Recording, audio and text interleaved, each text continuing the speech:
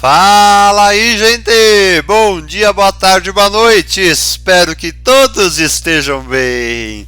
Bom, meu povo, estou de volta para mais uma videoaula aqui no nosso canal do YouTube, o canal Estudo Fácil. Bom vê-lo novamente aqui no nosso canal, e se você ainda não é inscrito no nosso canal, já se inscreve, deixe o seu like, ative as notificações e também compartilhe com seus amigos para que eles também venham estudar conosco. Combinado, meu povo?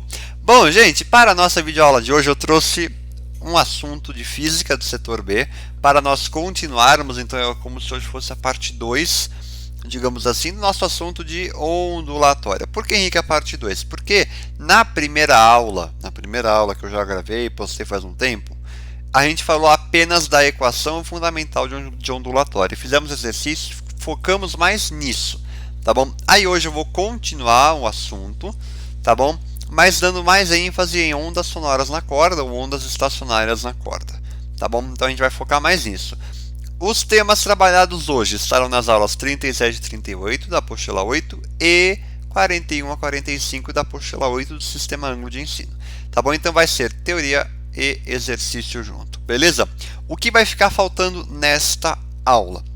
A parte de ondas sonoras em tubo aberto e fechado e efeito Doppler, que eu vou deixar para fazer esta aula com esses assuntos que faltou hoje para o começo de 2022. Então lá no começo de 2022 eu preparo ali uma aula e aí fechou, tá bom? E aí fica tudo completo, bonitinho, para você tirar dúvida, para você ter bagagem para estudar bonitinho. Beleza? Combinado, meu povo? Então, beleza, bora começar nossa aula soltando a famosíssima vinheta e depois a gente começa a conversa. Então simbora, meu povo!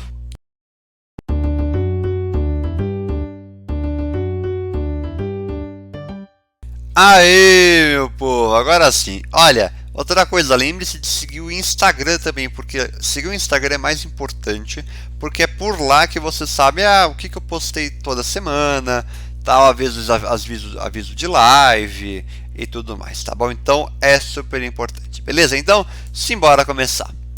Bom, e relembrando, esses slides aqui do começo são slides da aula passada, tá bom? Então eu só coloquei aqui para a gente relembrar. Então, o que é um pulso, né? Então, começando bem a nossa parte de ondulatória. Lembrando, pulso é toda perturbação, que é uma alteração de alguma propriedade física do meio, gerada em um ponto de um meio material que se propaga e se reproduz nos demais pontos. Propagação de um pulso envolve transferência de energia sem que haja o transporte de matéria. Como está aqui, ó. Então, eu vou produzir um pulso, ó, está transferindo energia e não está transportando matéria.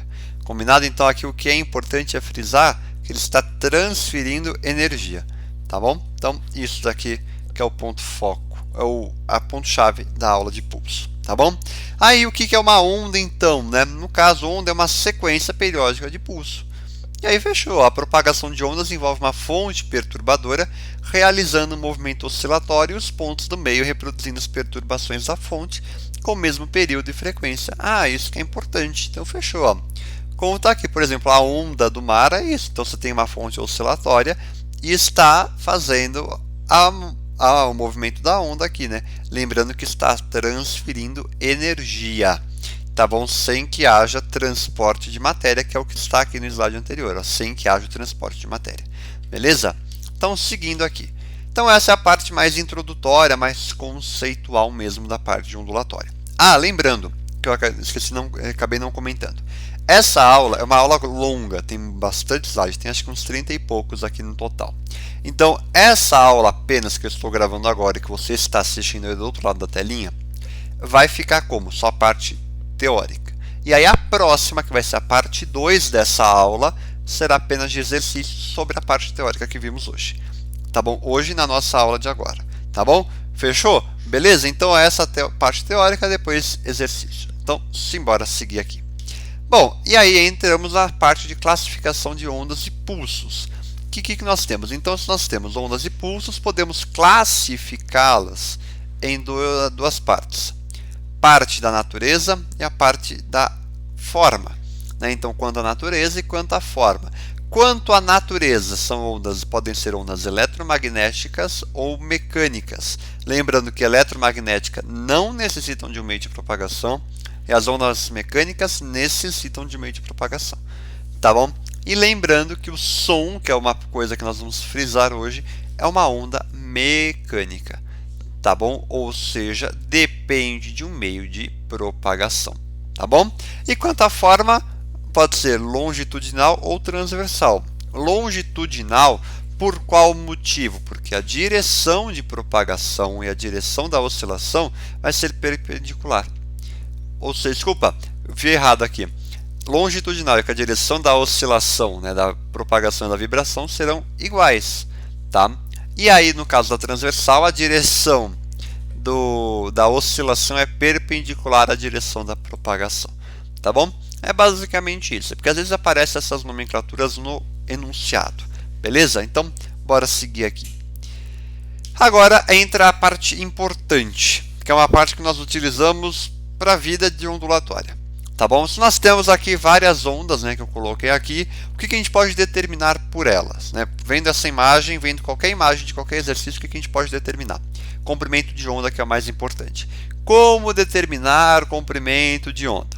Você pode pegar a crista, que é o ponto mais alto, e ir até outra crista, tá bom? Você vai ter o lambda, ou de vale a vale, que é o ponto mais baixo da onda, você também vai ter o comprimento de onda, que nós chamamos de lambda, ou você pode ir de nó a nó, né, que é a parte que encosta no eixo X.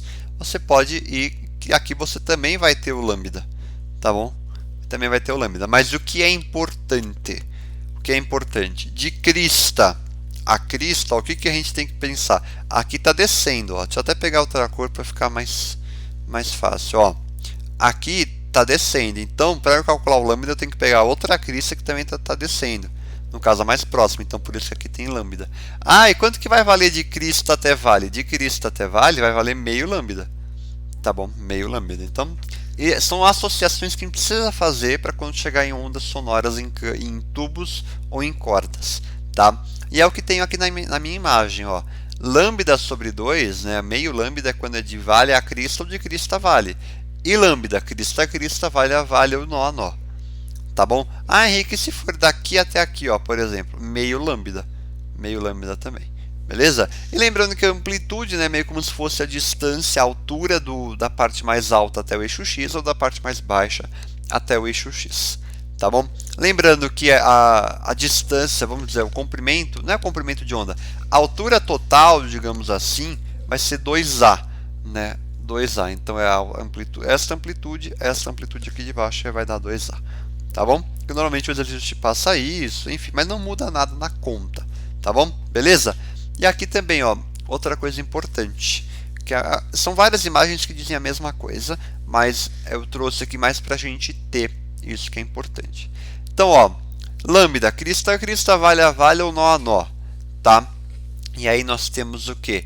Lambda sobre 2 é de crista a vale, ou enfim, ou de vale a crista, e lambda sobre 4 vai ser meio do meio lambda, né? Que vai ser de crista até o nó, ou de nó até vale, enfim. Tá bom? Então, isso que é importante ficar. É você entender essa parte conceitual para depois no exercício, que é simples você não travar. Tá bom? Beleza? Então, bora continuar. Para a parte de equação fundamental da ondulatória, que é a parte mais importante mesmo. Tá? Como calculamos a velocidade normal, ΔS sobre ΔT? Isso daí é um clássico da parte da cinemática. Se você não sabe isso, você está perdido. Tá bom? E aí o que nós vamos ter? ΔS vai servir como comprimento de onda. Então é o lambda, que nós calculamos no meio do gráfico. E o ΔT vai ser o período. Ou você pode então calcular a velocidade por V é igual a lambda sobre o período, ou lambda vezes F. Tá bom? V igual a lambda F. E aí fechou. Beleza? E aí tá aqui, ó. É importante ressaltar que a velocidade de propagação de uma onda corresponde à velocidade de propagação das perturbações no meio, e não a velocidade dos pontos do meio, tá bom? Que é variável. Beleza? Lembrando também que a velocidade de propagação da onda vai depender do meio e do tipo da onda, tá? Mas a velocidade em si depende do meio. É o mais importante você lembrar que a velocidade depende do meio. Então mudou o meio, foi da água para o ar, mudou a velocidade, ou está no mesmo meio, ou seja, está no ar, não muda a velocidade. A frequência depende da fonte e o lambda vai depender do meio, do tipo da onda e da fonte. Tá bom? Mas o que às vezes é mais comum o exercício cobrar é a velocidade passou da água para o ar, mudou, permaneceu a mesma, tal. Então lembre-se, se a velocidade mudou de meio, mudou a velocidade também. Desculpa, se a onda mudou de meio, a velocidade muda também. Se a fonte, mudou a fonte, ou permaneceu a mesma fonte, frequência a mesma. Beleza? Isso que é importante, tá bom? E agora, a gente segue aqui ó, com outra imagem da velocidade igual a lambda f, né, que é a equação fundamental da ondulatória, tal, e assim vai. Beleza? Isso aqui é mais para a gente entender, porque às vezes, não entendi com essa imagem aqui, tal, e aí já tá tudo explicado bonitinho aqui. Tá bom? E agora entra a parte nova, porque até aqui foi mais revisão da aula passada, tá? Agora entra a aula 37 e 38 mesmo. Falando então, começando com ondas transversais em corda, tá bom? Que quando nós temos uma onda transversal em corda, nós podemos calcular o que nós chamamos de densidade linear, que é simbolizada por este símbolo aqui, tá bom? E aí, como que vai ser a calculada densidade linear? Massa sobre o comprimento L, tá bom? E aí vai ser no SI, né? Ela vai ser calculada por quilograma por metro, porque a massa tem que estar em quilograma e o L em metros, tá bom? Terá exercícios hoje que nós vamos fazer que vai precisar calcular a densidade linear, tá bom? Às vezes vai precisar transformar a unidade na própria densidade linear. Tá bom? Mas vamos com calma, simbora, e qualquer dúvida manda lá no Instagram, tá aqui, ó, vou até colocar aqui, ó, @estudo.fácil, beleza? Então vamos lá. E aí nós temos também o que nós chamamos de equação de Taylor ou lei de Taylor, que significa o quê? Pega a velocidade e fica como a raiz de f, que no caso normalmente vai ser a tração, tá bom? A tração sobre a densidade linear, ou a raiz de tração sobre D, que é a massa específica, e S, ou A, que vai ser a área de seção transversal. Tá bom? Então, isso daqui que é importante. Henrique, você vai pedir para calcular isso no exercício? Não. Quando a gente chegar lá em ondas sonoras na corda, que nós vamos ver isso hoje, nós vamos usar essa equação. Tá bom? Então, fica tranquilo que vai dar tudo certo. Beleza? Lembrando que tração é em newtons, a densidade linear eu já passei ali, a densidade, a massa específica é quilograma por metro cúbico, e a área, ou representado por S também, né, vai ser em metro quadrado. Tudo isso no SI e velocidade vai dar em metros por segundo, tá bom? Normalmente. Beleza? Fechou, então simbora. Aqui, ondas eletromagnéticas. Aqui já é uma parte mais teórica, tá bom? É uma parte mais teórica, mas assim, é importante te trazer aqui para ficar mais fácil também.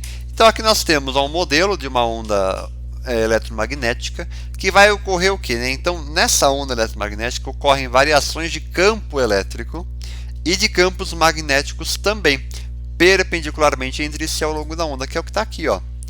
Campo elétrico, campo magnético e a direção da propagação, e aí vai ser perpendicular.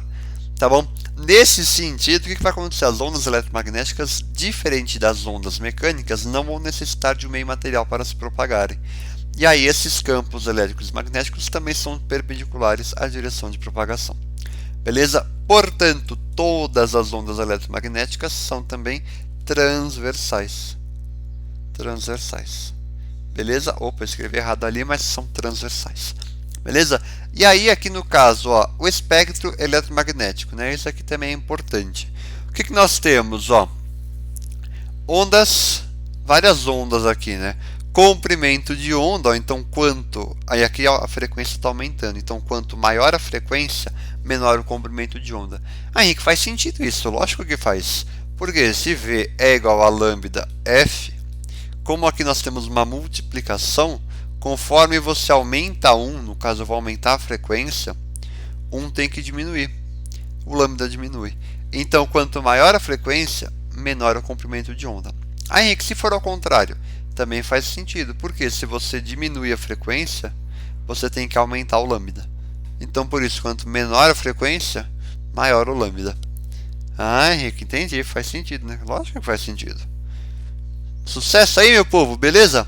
Tranquilo, ó, espero que sim. Qualquer coisa, pode mandar mensagem lá no Instagram, tá bom? Lembrando também que a energia transferida por uma onda eletromagnética depende da sua frequência. Por isso que quanto maior a frequência, maior a quantidade de energia transferida. Beleza? Tranquilo? Então, quanto maior a frequência, mais energia transferida. Beleza? Fechou? Então, sucesso. Simbora. Ondas estacionárias também é uma outra parte teórica de ondas, né? Que é um caso particular, no caso, ó, de interferência entre duas ondas idênticas que vão se propagar em um mesmo meio em sentidos opostos. Opa, com determinadas frequências.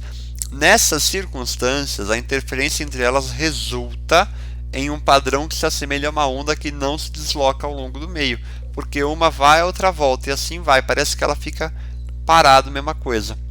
Então, o que nós temos? Ó, por exemplo, nós, que é o ponto de encontro entre elas, né, no caso, que entre aspas se encosta no eixo X, né, se a gente for ver, e os ventres e tudo mais. Tá bom? Lembrando ó, que o comprimento do fuso corresponde à meia onda das ondas que originaram a onda estacionária. Então, neste caso, ó, aqui nós temos um lambda. Um lambda, beleza? Mas de nó a nó vai ser meio lambda, que nós já havíamos discutido antes. Tá bom? Isso aqui é mais uma parte teórica assim para deixar o conceito aqui bonitinho. Tranquilo, meu povo? Sucesso, suavidade? Então, beleza. Agora a gente vai falar de ondas sonoras mesmo. Tá bom? Ondas sonoras mesmo. Então, o que nós temos que lembrar de ondas sonoras que é importante? O som é uma onda longitudinal quanto à forma e mecânica quanto à natureza. Beleza? Ou seja, depende do meio de propagação. Tá? Longitudinal porque a direção de propagação é a mesma onda da direção da perturbação. Tá bom? Tranquilo? Então, fechou. Outra coisa importante, tá aqui, ó, como que é formado, né? Por que faz uma onda o som, né? Como o som vai se propagando, ou seja, as partículas vão indo, né, vão chocando umas com as outras, o símbolo da onda, ela vai simbolizando isso. Porque aqui nós temos uma zona de alta pressão, que as partículas estão comprimidas, e uma zona que nós chamamos de rarefação, onde as partículas não estão comprimidas. E aí assim vai indo, então o som vai se propagando, tudo bonitinho. Tá bom? Outra coisa importante, a velocidade dos sólidos é maior que do líquido, que é maior que do gás. Ou seja, a velocidade do sólido é maior que a do gás. Por quê? Como nós temos um sólido e as partículas estão bem juntinhas uma das outras, elas vão conseguir se chocar de uma forma mais rápida e o som vai se propagar de uma forma mais rápida também. Tá bom? Então, no sólido vai ter uma maior velocidade de propagação. Tá bom? E quanto ao que nós conseguimos ouvir, né, o que nós chamamos de escala sonora, vou chamar assim, nós conseguimos ouvir de 20 Hz a 20.000 Hz, sendo que o que está abaixo nós chamamos de infrassom, que é o som grave, que nós já vamos entender isso, e o ultrassom, que é o que está acima de 20.000 Hz, no caso dos sons nós chamamos de agudo. Tá bom? E isso nós estamos vendo a frequência, que é medida em Hz. Hz, no caso, é segundo elevado a menos 1. Tá bom? Beleza? Fechou, né? Fechou sua alegria. E aqui ó, uma curiosidade, aproximadamente em 2.500 Hz que o ouvido vai possuir maior sensibilidade. Tá bom? Fechou? Acho que sim, né? Agora eu estou falando bastante nessa aula, hein? Tem bastante coisa para a gente ver mesmo. E agora vendo algumas características do som mesmo.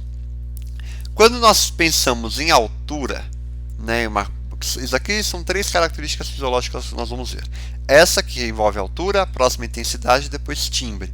A altura ela está relacionada à frequência, ou seja, quando eu falar é um som de alta frequência, é um som agudo, ou seja, o som ó, que está aqui no ultrassom.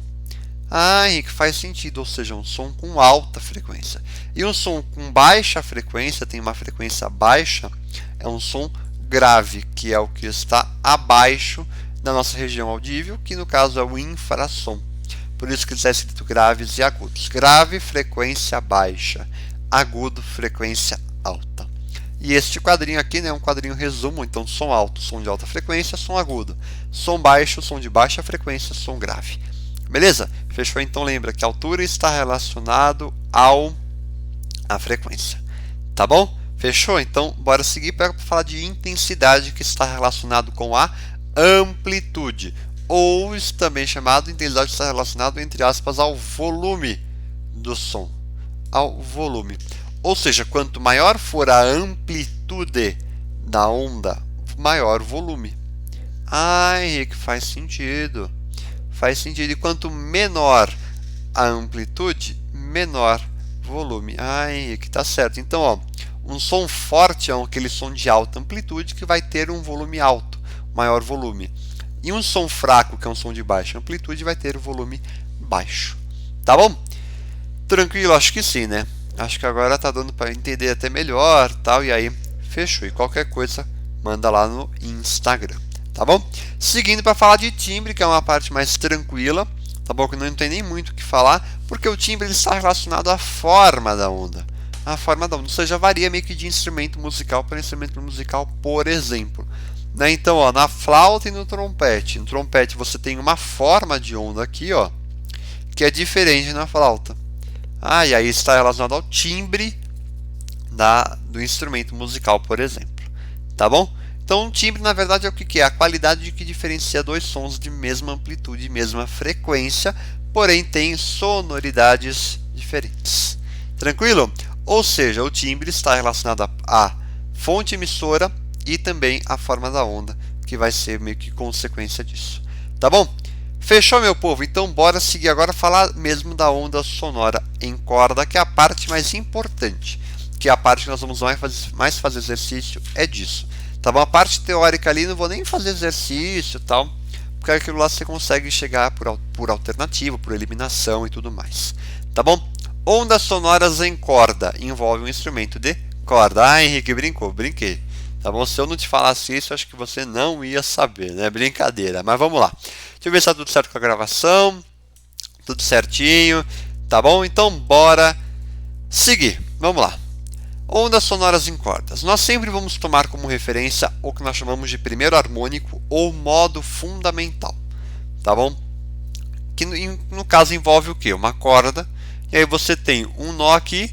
Vai ter uma onda para cá até chegar no outro nó. Isso é que nós chamamos de frequência, modo fundamental, né? Primeiro harmônico. No caso, olha aqui. Nós temos um comprimento L. Que vai ser igual ao quê? A lambda sobre 2. Porque isso daqui é metade de um lambda.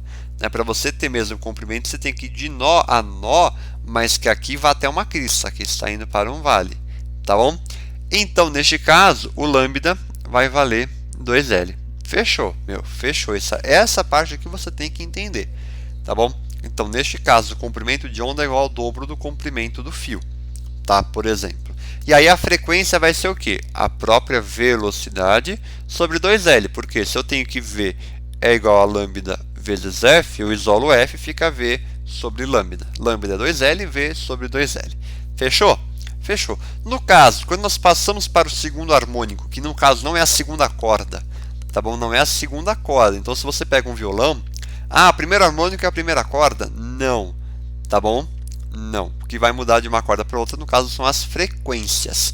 Que aí a gente vai ter aquele instrumento que nós utilizamos, que é o diapasão.